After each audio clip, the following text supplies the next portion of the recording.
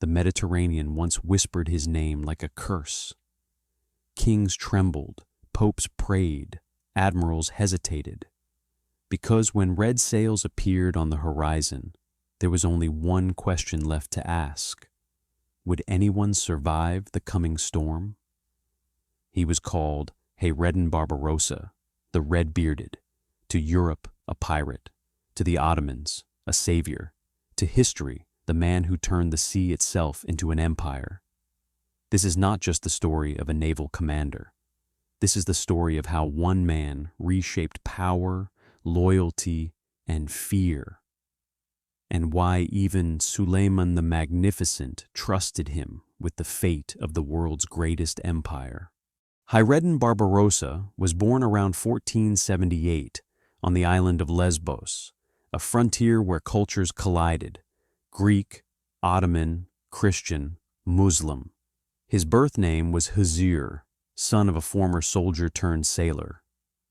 From childhood, the sea was not romance, it was survival. Unlike princes raised in palaces, Huzur learned early that power did not come from bloodlines, but from control. Control of ships, routes, weapons, and men. This humble beginning matters, because Barbarossa never forgot what it meant to live without protection. And that memory would later shape his brutal loyalty to the Ottoman state. Huzur did not rise alone. He rose with his older brother Oruç Reis, a fearless corsair whose red beard would give both men their legendary European nickname, Barbarossa. Together, they became masters of naval guerrilla warfare, known for fast ships, precise strikes, and absolute knowledge of coastal terrain. But they were not simple pirates. They rescued Muslim refugees expelled from Spain, transported families to safety, and struck at the same Christian powers responsible for those expulsions. This dual identity, raider and protector, would define Barbarossa forever. Then came tragedy. Oruç Reis was killed in battle against the Spanish in North Africa. For Huzur, this was not just the loss of a brother, it was the moment the sea hardened him. From this point forward, Barbarossa would fight not just to survive, but to dominate. After his brother's death, Barbarossa did something unexpected. He did not retreat. He offered his loyalty to the Ottoman Empire. This was a turning point not only in his life, but in Mediterranean history. By aligning himself with Istanbul, Barbarossa transformed from an outlaw into a legitimate instrument of imperial power. Suleiman saw what Europe had failed to understand. This man knew the sea better than any court-trained admiral ever could. He was given a new name, Hayreddin, goodness of the faith. From this moment on, every wave he crossed carried the authority of the Sultan himself. Behind the iron will of Barbarossa stood a quieter, rarely spoken story, that of his daughter, Mihranisa.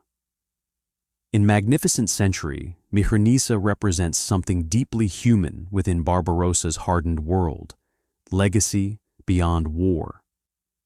Raised in the shadow of ships and strategy, she was not merely the daughter of a commander. She was the living reminder of what Barbarossa fought to protect. Unlike palace-born women, Mihranisa did not grow up surrounded by silk and intrigue. Her world was shaped by exile, movement, and uncertainty, a reflection of her father's life before imperial recognition. The series subtly suggests that Barbarossa's unwavering loyalty to Suleiman was not driven by ambition alone, but by a desire to secure a future where his child would never live as a fugitive of the sea. She symbolizes the cost of power, the families who live in its shadow, and the sacrifices made far from the battlefield. For Barbarossa, conquest was never abstract. It was personal. In Magnificent Century, Barbarossa appears not as a courtier, but as a force of nature. Unlike Ibrahim or Rustem, he did not whisper politics in corridors. He spoke plainly, he challenged assumptions, and most importantly, Suleiman listened. Why? Because Barbarossa understood something many statesmen didn't. The future of empire was not land, it was sea power, trade routes, supply lines, naval dominance.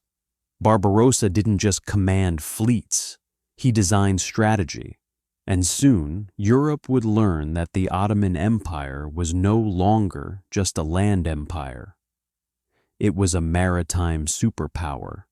When Barbarossa took his place in the Imperial Divan, he entered a world far more dangerous than any naval battlefield.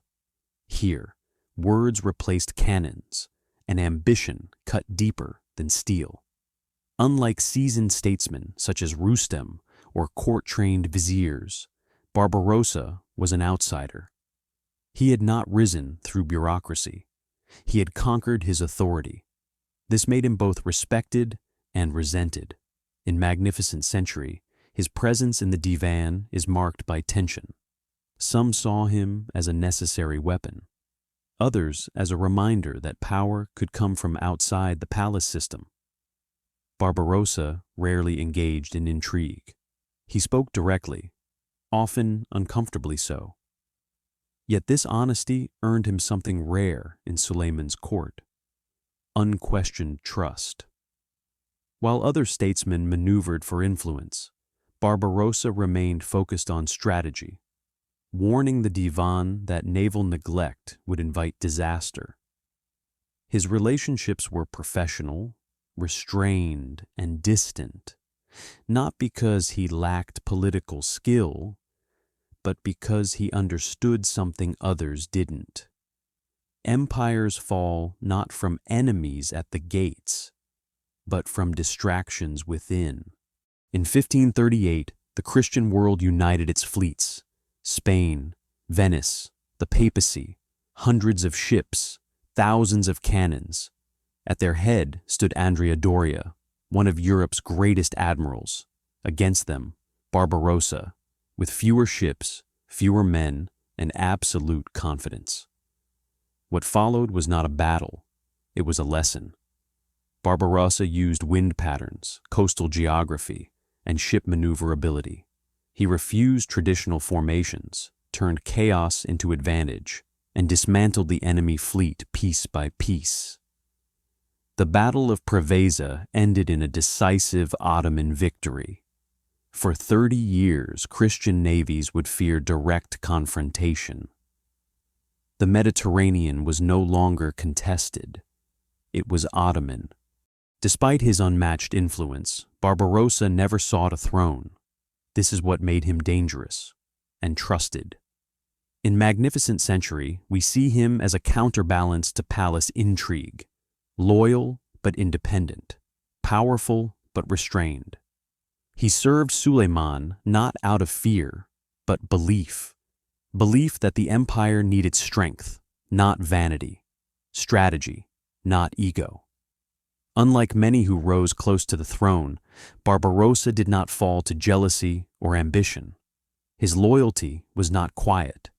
It was earned through victory. Barbarossa was not immortal.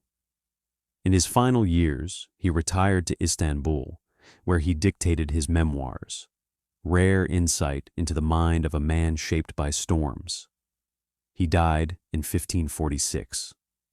But his presence did not vanish. His tomb stands overlooking the Bosphorus, where Ottoman sailors once fired cannons in salute before every voyage.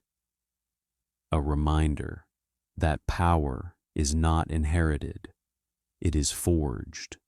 Hayreddin Barbarossa was more than a naval commander.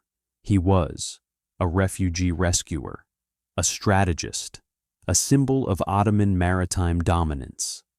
In Magnificent Century, he represents something deeper, the idea that empires are not built only by sultans, but by those willing to carry the empire on their shoulders.